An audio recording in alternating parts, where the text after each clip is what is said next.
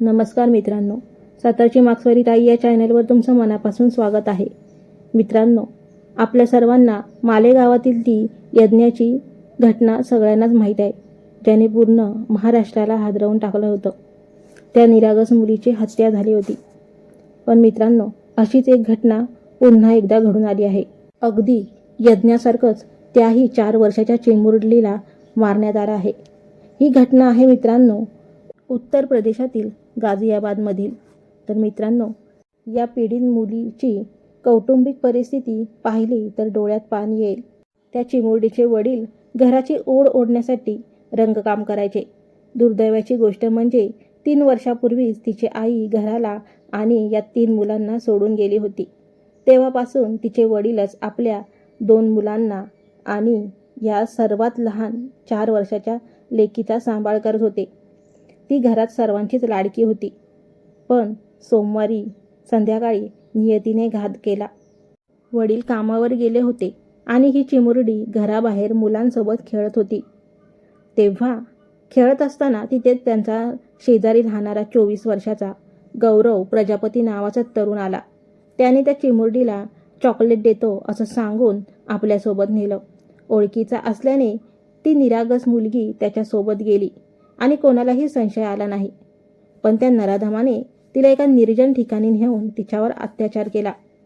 आपली ओळख उघड होईल या भीतीने त्याने दगड आणि विटांनी त्या लहान मुलीचा चेहरा आणि डोकं अक्षरशः ठेचून काढलं. जेव्हा वडील कामावरून आले आणि मुलगी दिसली नाही तर त्यांनी बाहेर शोधाशोध सुरू केली.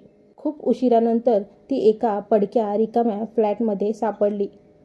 रक्ताच्या थारोळ्यात अगदी निपचित पडलेली होती ती. तिला दवाखान्यात नेईपर्यंत खूप उशीर झाला होता. आणि सगळ्यात मोठी भयानक गोष्ट म्हणजे मित्रांनो, ज्याने हे कृत्य केलं ना, तोच नराधम त्या मुलीच्या शोधासाठी तिच्या वडिलांसोबत घराबाहेर पडला होता. सर्वांसोबत तोही शोधाशोध घेत होता. पण CCTV आणि तपासात त्याचं पितळ उघड पडलं. पोलिसांनी जेव्हा त्याला पकडण्याचा प्रयत्न केला तेव्हा त्याने तिथून पळून जाण्याचा प्रयत्न देखील केला. पण पोलिसांनी चकमकीत त्याच्या पायावर गोळी झाडून त्याला बेड्या ठोकल्या. सध्या तो पोलिसांच्या ताब्यात आहे. पण मित्रांनो, आपल्याला ही घटना खूप काही शिकवून जाते. पहिली गोष्ट म्हणजे ओळखीच्या व्यक्तीवरही आंधळा विश्वास ठेवू नका. दुसरी, आपल्या मुलांना गुड टच आणि बॅड टचबद्दल सांगा.